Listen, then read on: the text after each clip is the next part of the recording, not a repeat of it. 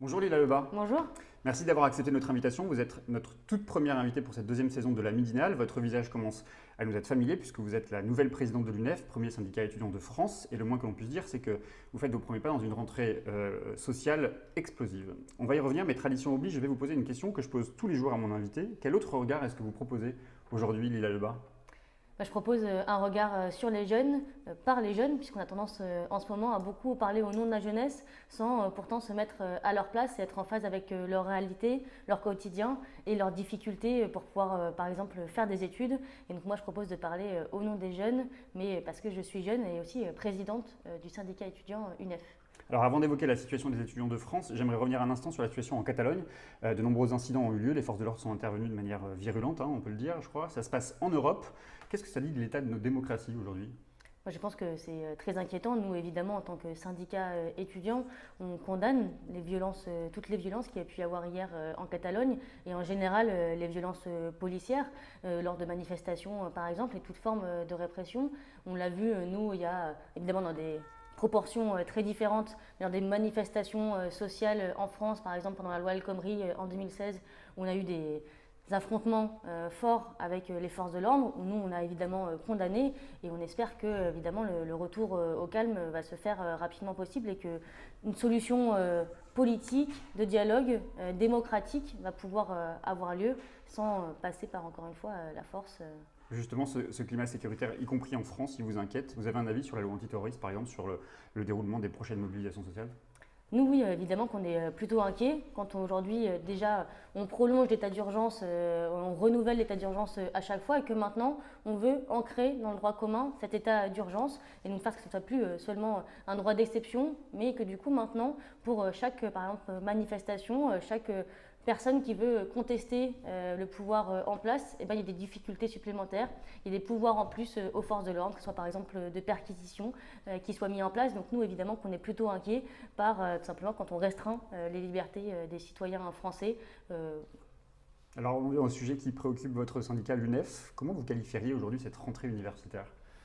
Cette rentrée, elle est particulièrement sous tension, particulièrement difficile, notamment pour les étudiants, puisque on enchaîne les galères et les mauvaises nouvelles. Ça a été un parcours du combattant pour des milliers de jeunes pour pouvoir s'inscrire dans l'enseignement supérieur. C'est encore plus de 3500 jeunes aujourd'hui qui sont toujours sans proposition d'inscription, qui ne savent pas dans quelle filière ou dans quelle université ils pourront aller étudier. C'est évidemment la baisse de 5 euros des APL qui a impacté directement et qui impacte directement le portefeuille des étudiants. Et c'est aussi des mauvaises conditions d'études puisque les amphithéâtres sont surchargés et donc on ne peut pas étudier correctement et réussir correctement à l'université. C'est quoi la vision, d'après vous, d'Emmanuel Macron de l'université? Est-ce que c'est justement ce qu'on dit, le lieu de la production et de la reproduction des élites?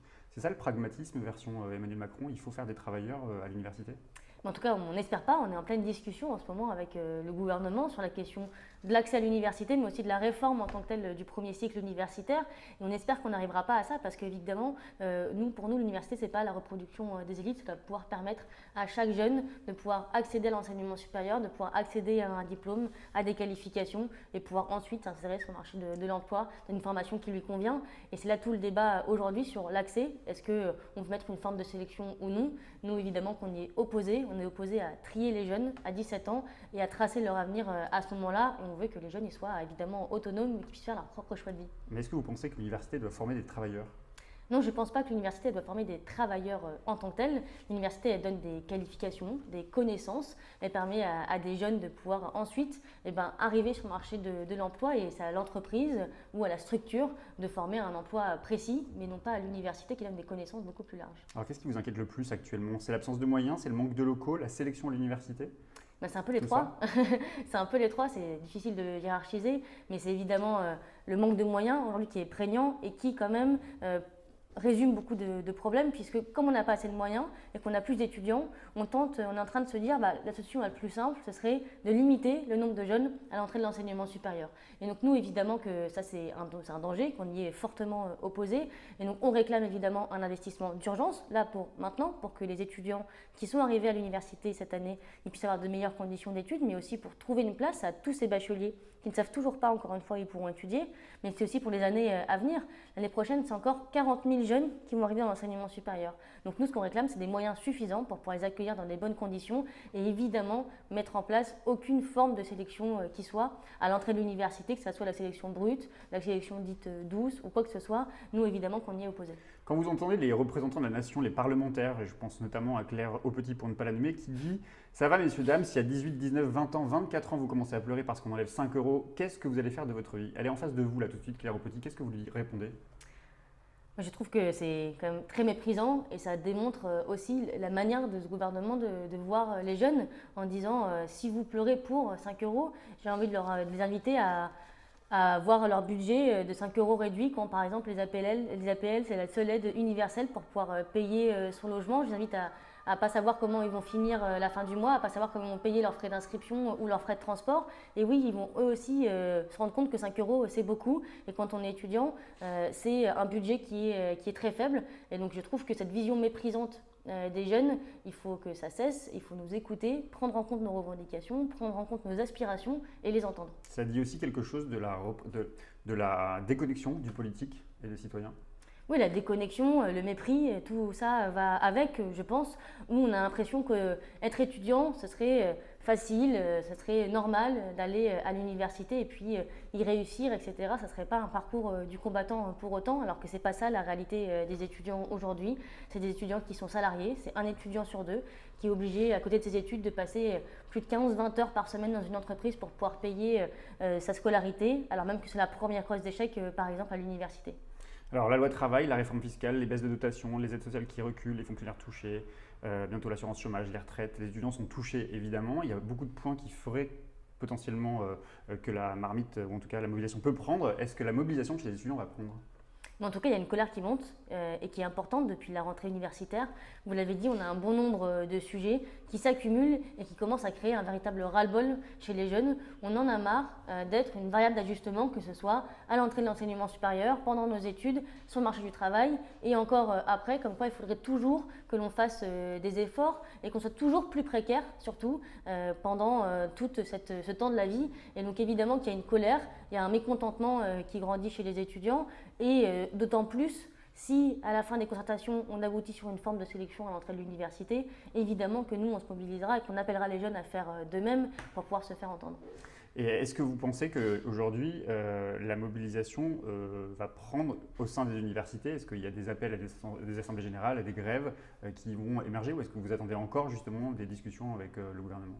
Mais il y a déjà des rassemblements qui se font pour pouvoir exiger des inscriptions d'étudiants sans université, pour réclamer l'ouverture d'un TD supplémentaire quand les étudiants n'ont pas de cours en petits groupes parce qu'il n'y a pas assez de profs, pour dédoubler un amphithéâtre par exemple. Donc il y a déjà des mobilisations qui se créent au niveau local, des pétitions qui sont signées et donc des étudiants qui s'organisent collectivement pour pouvoir se faire entendre. Et donc ça va faire évidemment que continuer et nous on appelle les jeunes à se faire entendre tout au long du premier semestre jusqu'à que nos conditions d'études s'améliorent. Pourquoi aucune grande bataille syndicale n'a été obtenue depuis le CPE en 2006 d'après vous?